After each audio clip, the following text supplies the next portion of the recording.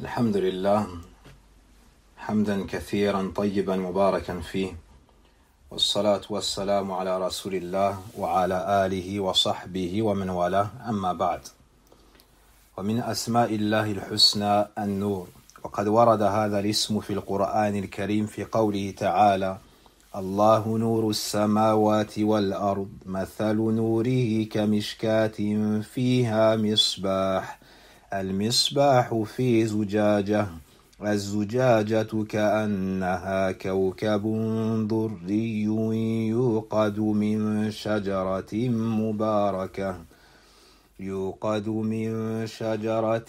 مباركة زيتونة لا شرقية ولا غربية يكاد زيتها يضيء ولو لم تمسسه نور على نور يهدي الله لنوره من يشاء ويضرب الله الأمثال للناس والله بكل شيء عليم.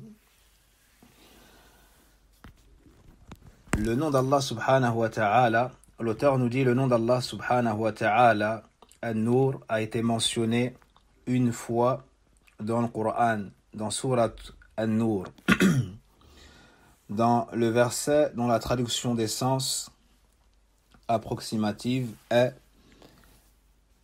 Allah est la lumière des cieux et de la terre. Sa lumière est semblable à une niche où se trouve une lampe. La lampe est dans un cristal et celui-ci ressemble à un astre de grand éclat. Son combustible vient d'un arbre béni, un olivier, ni oriental ni occidental, dont l'huile semble éclairer sans même que le feu la touche. Lumière sur lumière, Allah guide vers sa lumière qui il le veut. Allah propose aux hommes des paraboles et Allah est savant de toutes choses. وقد أفاد هذا النص وغيره من النصوص الواردة في هذا الباب تسمية الرب سبحانه نورا وبأن له نورا مضافا إليه وبأنه نور السماوات والأرض وبأن حجابه نور فهذه أربعة أنواع. Ce texte ainsi que d'autres parmi les preuves du Coran de la Sunna qui ont été mentionnées nous indiquent que parmi les noms du Seigneur il y a An-Nur. On comprend également que la lumière lui est annexée et qu'il est la lumière des cieux et de la terre. Et également que son voile est lumière. Voici donc quatre sortes. Quatre sortes.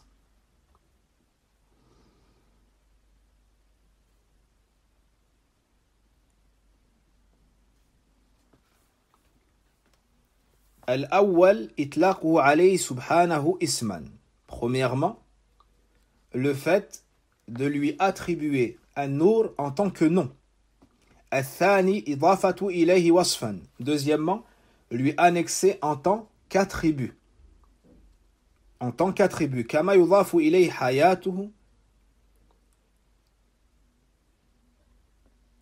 أو حياته وسمعه وبصره وسائر صفاته وتارة يضاف إلى وجهه كقوله تعالى في الحديث أعوذ بنور وجهك وتارة يضاف إلى ذاته كقوله تعالى واشرقت الأرض بنور ربها.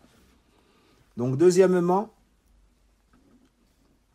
on lui annexe en tant qu'attribut, tout comme on lui annexe sa vie, son ouïe, sa vue et l'ensemble de ses attributs. Et par moment,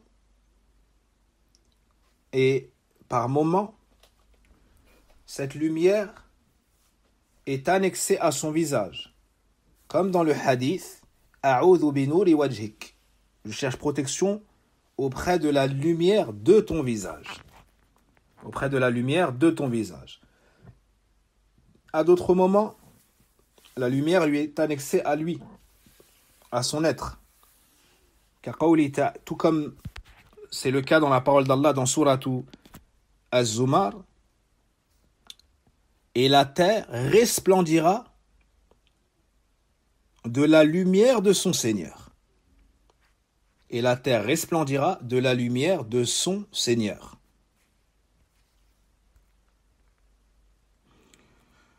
Al-Thalith, troisièmement, إضافة نوره إلى السماوات والأرض كقوله الله نور السماوات والأرض. Troisièmement, le fait d'annexer sa lumière aux cieux et à la terre. Tout comme dans sa parole, Allah est la lumière des cieux et de la terre. الرابع ذكر أن حجابه النور كما في الحديث الصحيح حجاب نور لو كشفه لحرقت سبحات وجه من انتهى إليه بصره من خلقه. Quatrièmement, la mention de son voile de lumière. Tout comme dans le hadith authentique, son voile est de lumière. Son voile est de lumière. Ou bien son voile est une lumière.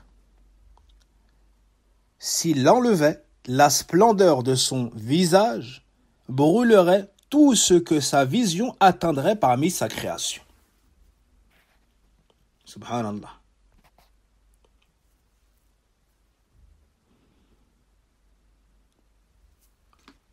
Donc voici 4 sortes de lumière mentionnées dans les textes.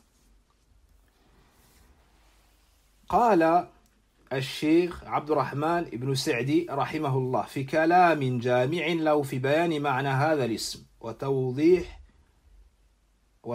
مدلوله. النور من أوصافه تعالى على نوعين.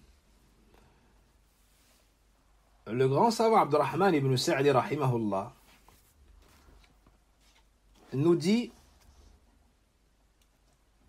dans une parole à lui rassemblant l'essence de ce nom-là, An-Nur, nous dit dans une parole dans laquelle il éclaircit cela qu'il y a 2 sortes.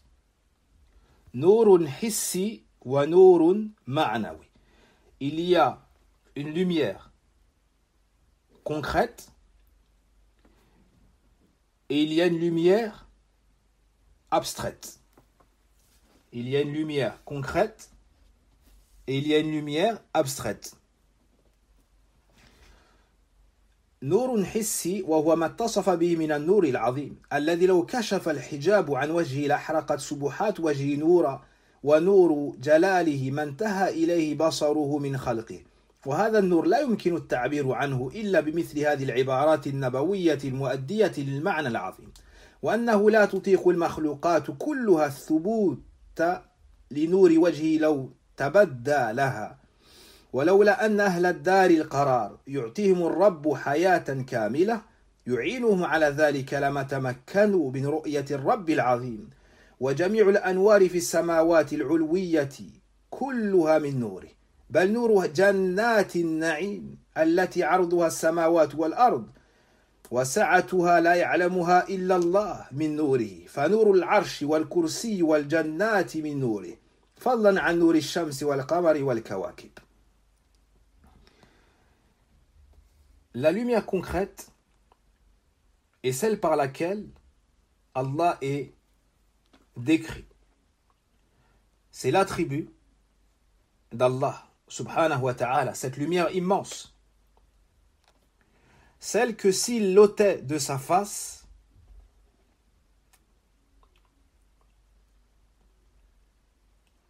ou celle que s'il découvrait le voile de sa face, aurait brûlé ou consumé sa création à portée de vue.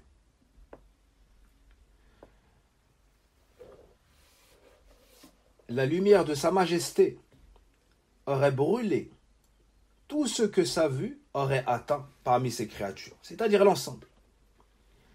Cette lumière, on ne peut l'exprimer et la décrire, on ne peut trouver les mots, si ce n'est en utilisant les paroles prophétiques qui montrent ses sens des plus nobles. Cette lumière que ne peut supporter les créatures et devant laquelle personne ne peut faire face, si elle se manifestait à eux. Et si le Seigneur n'octroyait pas aux habitants de la demeure éternelle une vie parfaite et ne leur venait pas en aide, ils n'auraient pu avoir la capacité de voir le Seigneur immense. Et l'ensemble des lumières,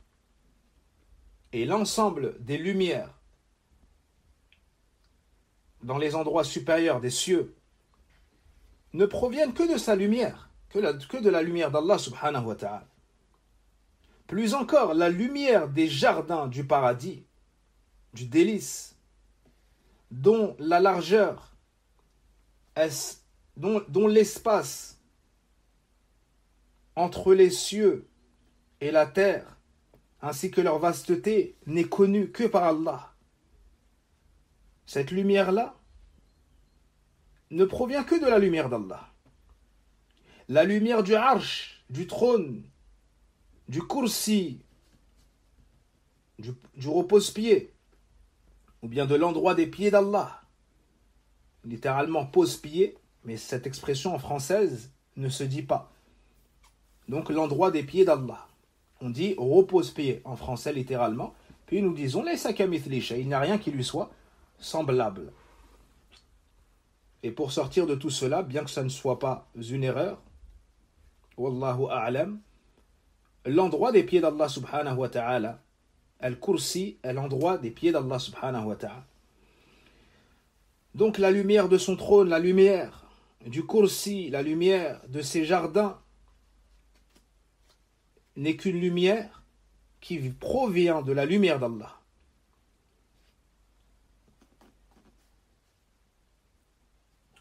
Sans compter la lumière du soleil, de la lune et des astres ou des étoiles. Ça, c'est le premier type de lumière, la lumière concrète. Le deuxième type de lumière, nuruhul ma'nawi, sa lumière abstraite.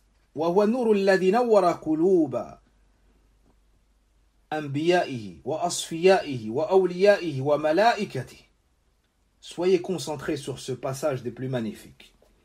Ibn Sa'di rahimahullah ta'ala nous dit: نوره المعنوي هو النور الذي نور قلوب أنبيائه وأصفيائه وأوليائه وملائكته من أنوار معرفته وأنوار محبته، فإن لمعرفته في قلوب أوليائه المؤمنين أنوارا بحسب ما عرفوه من نعوت جلاله وما اعتقدوه من صفات جماله، فكل وصف من أوصافه له تأثير في قلوبهم، فإن معرفة المولى أعظم المعارف كلها، والعلم به أجل العلوم، والعلم النافع كله أنوار في القلوب، فكيف بهذا العلم الذي هو أفضل العلوم وأجلها وأصلها وأساسها؟ فكيف إذا انضم إلى هذا نور محبته والإنابة إليه، فهنالك تملأ أقطار القلب وجهاته من الأنوار المتنوعة وفنون اللذات المتشابهة في الحس والنعيم.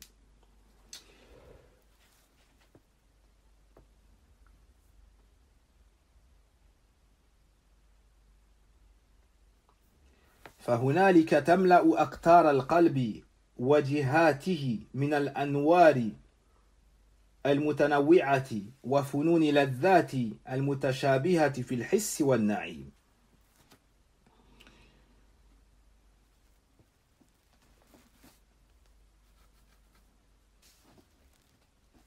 Oh, combien est belle la parole d'Ibn Sa'di rahimahullah ta'ala ici. La deuxième sorte de lumière, sa lumière abstraite. C'est la lumière par laquelle il a illuminé les cœurs de ses prophètes, de ses élus, de ses rapprochés bien-aimés, de ses anges.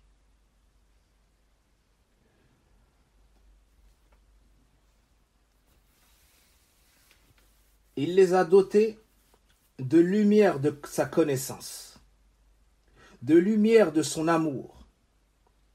Car certes, la connaissance d'Allah qui habite le cœur de ses bien-aimés rapprochés parmi les croyants est une lumière. Est une lumière. Plus tu connais Allah subhanahu wa ta'ala à travers ses attributs de magnificence, et plus tu as comme croyance qu'il a les attributs de beauté, plus tu obtiendras une part de cette lumière. Et chaque attribut, parmi les attributs d'Allah subhanahu wa ta'ala, a un effet dans les cœurs, a un effet dans leur cœur. Car certes, la connaissance du maître est au-dessus de toute autre connaissance. La connaissance du maître d'Allah subhanahu wa ta'ala est plus immense, et la plus immense de toutes les connaissances. Et la connaissance relative à Allah subhanahu wa ta'ala est la connaissance la plus sublime, la meilleure des sciences. Et si nous disons de la science utile qu'elle est entièrement une lumière, quelle que soit la science, c'est une lumière dans les cœurs, que dire alors de la meilleure des sciences, de la plus noble, de sa base et de son socle? Que dire alors si on ajoute à cela la lumière de son amour et du retour vers lui? Allahu Akbar. Ibn Sa'di rahimahullah ta'ala nous dit: que dire alors si on ajoute à tout ce qu'on vient de dire la lumière de son amour, la lumière du retour vers Allah, par le délaissement des péchés, la mise en pratique de ce qu'il nous a commandé? À ce moment-là, chaque recoin du cœur se remplirait de toutes parts de cette lumière, de ces différents types de lumière et de différentes sortes de plaisirs, assemblant la lumière abstraite et complète, abstraite et concrète. Le cœur du serviteur se remplit de lumière en connaissant Allah subhanahu wa ta'ala, en aimant Allah tabaraka wa ta'ala, en revenant vers Allah subhanahu wa ta'ala, en étudiant ses noms et ses attributs. Et ça a un effet incommensurable sur les cœurs du fils de Adam. Sur le cœur du fils de Adam. Car la science, de manière générale, c'est une lumière. Mais la science de la connaissance d'Allah est la science la plus noble, la meilleure, la base. Ainsi, cette lumière est plus forte dans le cœur du serviteur. Et si tu ajoutes à cela la lumière de son amour et du retour vers lui, à ce moment-là, cette lumière-là prendra toute part dans le cœur. Prendra toute part et toute perspective dans le cœur. Et ainsi, il goûtera à toutes sortes de délices et de plaisirs.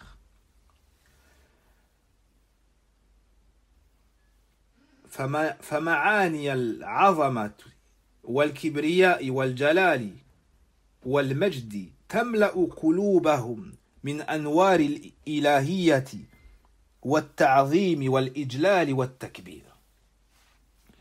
Ensuite, l'auteur, Hafidhahullahu Ta'ala, nous dit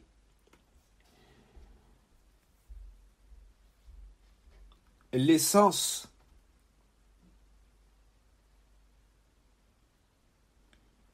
de grandeur, de sublimité, de majesté, de noblesse remplissent leurs cœurs des lumières. J'ai dit l'ilahiyya, c'est al-hiba, min anwar il-hibati wa ta'zim, remplissent leur cœur de lumière, de crainte, min al-haybati, de crainte révérentielle.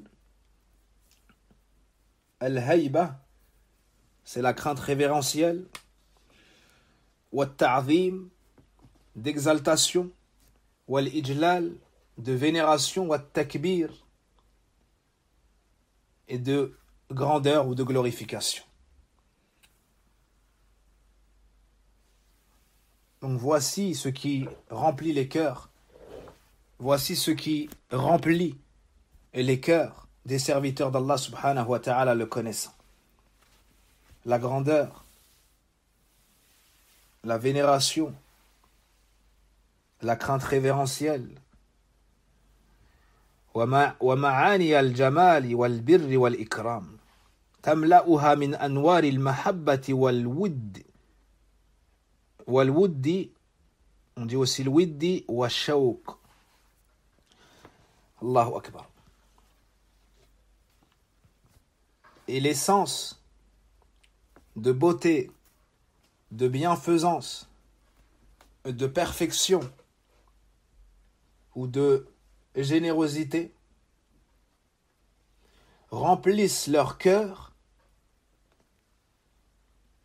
de lumière, d'amour, d'affection et de désir. Ils ressentent un manque d'aller vers l'adoration d'Allah et d'aller vers Allah. Ils désirent fortement le rencontrer. ومعاني الرحمة والرأفة والجود واللطف تملأ قلوبهم من أنوار الحب النامي على الإحسان وأنوار الشكر والحمد بأنواعه والثناء. Quant au sens de la miséricorde, de la grande pitié, de la grande générosité et de la douceur, ces sens-là remplissent leur cœur de lumière, d'amour qui ne cesse d'augmenter.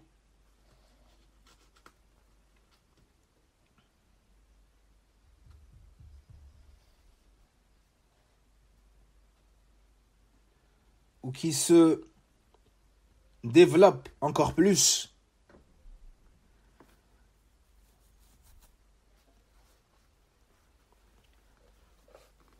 وأنوار الشكر نعم, il développe également la lumière de la reconnaissance,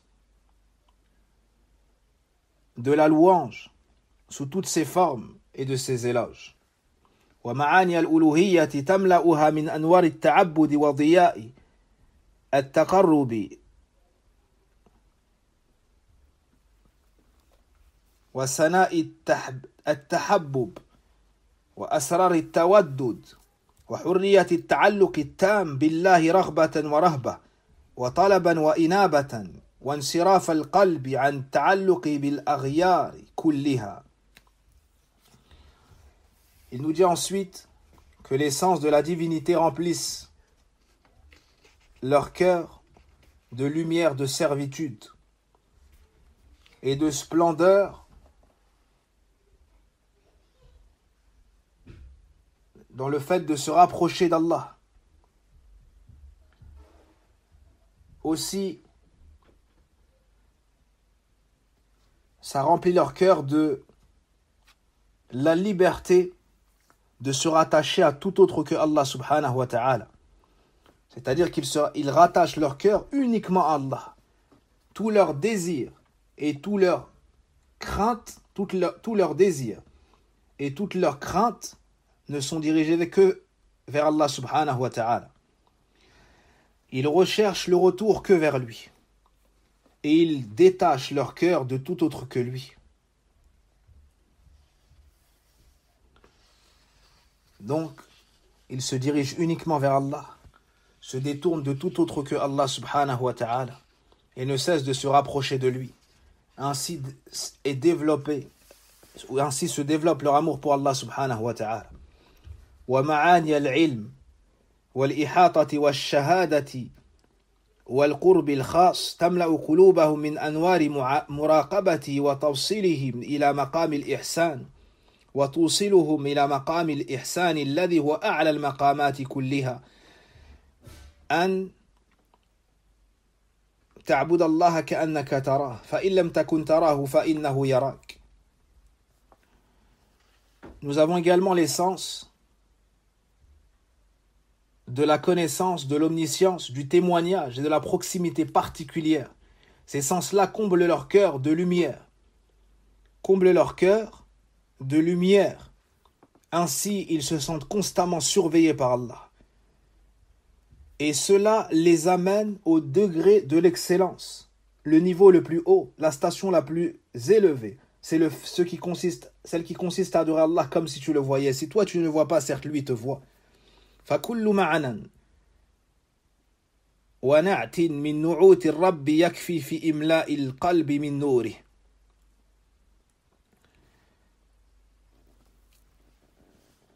Chacun des sens des qualités du Seigneur suffit à remplir le cœur de sa lumière.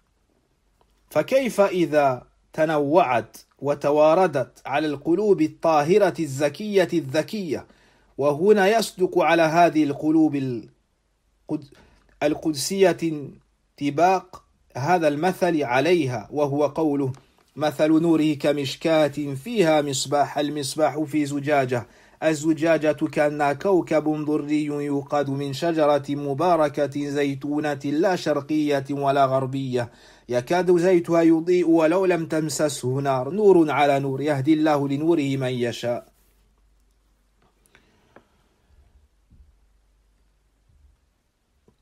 Qu'en est-il de ces significations? Qu'en est-il si ces significations parvenaient dans toute leur diversité au cœur pur, vertueux et intelligent? Dans cette condition s'appliquerait à ces cœurs purs cette parabole mentionnée par Allah dans le Coran.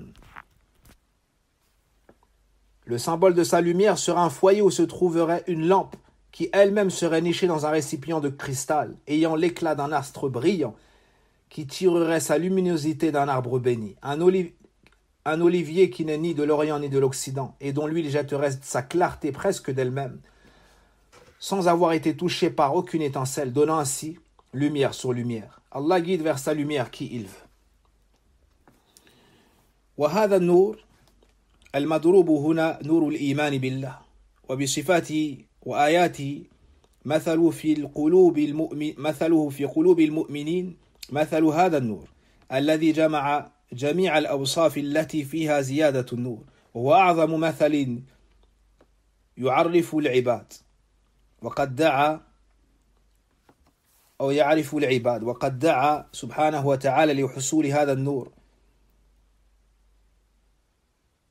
وقد دعا صلى الله عليه وسلم لحصول هذا النور فقال اللهم اجعل في قلبي نورا وفي سمعي نورا وفي بصري نورا وعن يميني نورا وعن شمالي نورا ومن فوقي نورا ومن تحتي نورا اللهم اجعلني نورا متفق عليه. Pour expliquer cette parabole dans le Coran, cette lumière, c'est la lumière de la foi en Allah. Grâce à ses caractéristiques et à ses signes, elle est dans le cœur des croyants. Donc, ici on nous mentionne en parabole une lumière. Cette lumière, c'est la lumière de la foi en Allah. en ses attributs, en ses versets. Cette lumière dans le cœur des croyants a été mentionnée en parabole, tel l'ensemble des causes qui viennent attiser la lumière. Et c'est la plus grande parabole qu'on puisse connaître. Et c'est la plus grande parabole connue des serviteurs. Et le prophète sallallahu alayhi wa sallam lui-même a invoqué Allah afin d'obtenir cette lumière. Il disait: ô Allah, place une lumière dans mon cœur, et dans mon ouïe une lumière, et dans ma vue une lumière, et à ma droite une lumière, et à ma gauche une lumière, et au-dessus de moi une lumière, en dessous de moi une lumière. Et il finissait en disant: ô Allah, accorde-moi une lumière.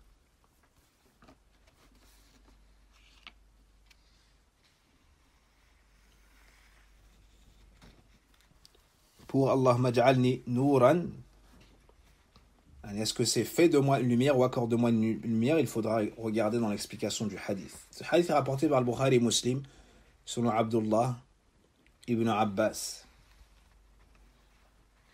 dans le hadith de la prière de nuit du prophète sallallahu alayhi wa sallam. فمتى امتلأ القلب من هذا النور فاض على وجهه فاستنار الوجه وانقادت الجوارح بالطاعة رغبة وهذا النور الذي يكون في القلب هو الذي يمنع العبد من ارتكاب الفواحش كما قال النبي صلى الله عليه وسلم لا يزني الزاني حين يزني وهو مؤمن ولا يسرق السارق حين يسرق وهو مؤمن ولا يشرب الخمر حين يشربها وهو مؤمن متفق عليه من حديث أبي هريرة رضي الله عنه. À partir du moment,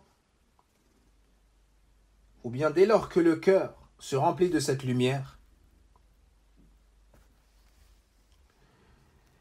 il inondera le visage. Aussitôt celui-ci s'illuminera et ses membres se soumettront volontairement à l'obéissance d'Allah avec désir. Et cette lumière qui se trouve dans le cœur est ce qui empêche les serviteurs de commettre les turpitudes. Comme dans le hadith de Abu Hurayra dans le recueil de l'imam Bukhari et l'imam Muslim, le prophète sallallahu alayhi wa sallam nous dit: le fornicateur ne fornique pas tout en étant croyant au moment où il fornique. Et le voleur ne vole pas au moment où il vole tout en étant croyant. Et celui qui boit de l'alcool au moment où il boit de l'alcool n'est pas croyant. Donc celui qui commet la fornication, eh bien le fornicateur ne commet pas la fornication au moment où il la commet tout en étant croyant. Et le voleur ne commet pas ou ne vole pas au moment où il vole tout en étant croyant. Et celui qui boit de l'alcool au moment où il boit de l'alcool, ou bien il ne boit pas de l'alcool au moment où il boit de l'alcool tout en étant croyant. C'est-à-dire il n'a pas la foi complète. Il n'a pas la foi complète au moment où il fait cela. فأخبر أن وقوع هذه الكبائر لا يكون ولا يقع مع وجود الإيمان ونوره. C'est-à-dire qu'au moment où il commet ces grands péchés, il ne les commet pas en ayant la foi et sa lumière. La foi et sa lumière. Ici s'achève la parole d'Ibn Sa'di rahimahullah ta'ala dans Fath al-Rahimi al-Malik al-Allam. فبهذا التقرير الوافي والبيان البين يظهر معنى هذا الاسم العظيم ويتضح مدلوله. الشيخ عبد الرزاق حفظه الله تعالى nous dit: grâce à cette explication claire et suffisante,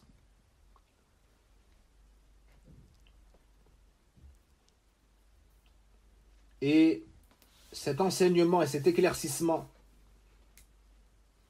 très clair nous apparaît désormais d'une manière très distincte l'explication de ce grand nom. Et nous apparaît clairement son sens. هذا ولما كان النور من أسمائه سبحانه وصفاته كان دينه نورا ورسوله نورا وكلامه نورا ودار الكرامة لعباده نورا يتلألأ والنور يتوقد في قلوب عباده المؤمنين ويجري على ألسنتهم ويظهر على وجوههم ويتم تبارك وتعالى عليهم هذا النور يوم القيامة كما قال سبحانه نورهم يسعى بين أيديهم وبأيمانهم يقولون ربنا أتمم لنا نورنا واغفر لنا إنك على كل شيء قدير كما قال سبحانه نورهم يسعى بين أيديهم وبأيمانهم يقولون ربنا أتمم لنا نورنا واغفر لنا إنك على كل شيء قدير. Et pour finir, ceci étant dit, et dès lors que la lumière est un des noms d'Allah subhanahu wa ta'ala et un de ses attributs, alors sa religion est lumière, son messager est lumière, ses paroles sont lumière, la demeure de félicité pour ses serviteurs est lumière, qui rayonne, qui scintille de lumière. La lumière attise leur cœur, attise le cœur de ses serviteurs croyants et se manifeste, ou bien elle court sur leur langue et se manifeste sur leur visage. Et Allah tabaraka wa ta'ala complétera, parachèvera leur lumière le jour de la résurrection. Tout comme il nous le dit dans Surat At-Tahrim,